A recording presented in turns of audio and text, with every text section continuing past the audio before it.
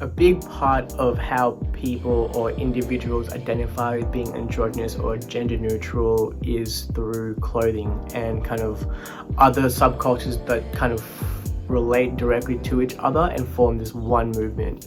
The whole reason for this video, I guess, is to kind of elaborate on just 3 subcultures that define how influential androgynous was in the fight for gender equality through visual cues such as fashion and art and music, and people who are willing to take the first step towards gender equality inspired a whole movement that followed suit, and that still left a lasting impact to what we have today. The first one that we're going to talk about today is the New Romantics. So the New Romantics was only a era or a movement that spanned a few years. While it was quite short, it spawned the likes of musicians ranging from Boy George to Spandau Ballet in the 80s.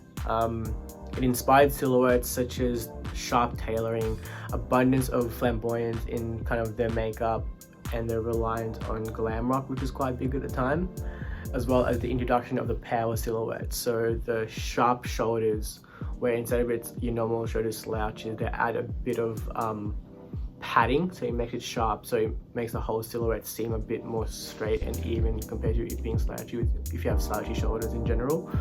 So quite interesting because it goes beyond further than just your 80s glam rock, where people who, as soon as the movement started getting notoriety and popularity, they would take it all the way back to kind of the Romanticism era of poetry, such as, Shelley and Byron, that flowy pirate-esque looking silhouette. It was quite interesting at the time, coming its way back now and adding a whole different touch to it, or an approach at the time anyway.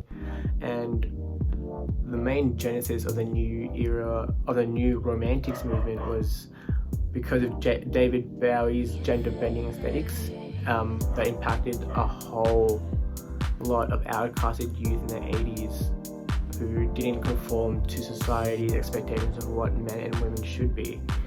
And so through this, and glam rock, which was David Bowie's kind of main genre, influenced this teenage or young people at the time, called Steve Strange and Rusty Bogan, who introduced Bowie nights at Billy's nightclub located in Soho in London, and that's how the whole movement started.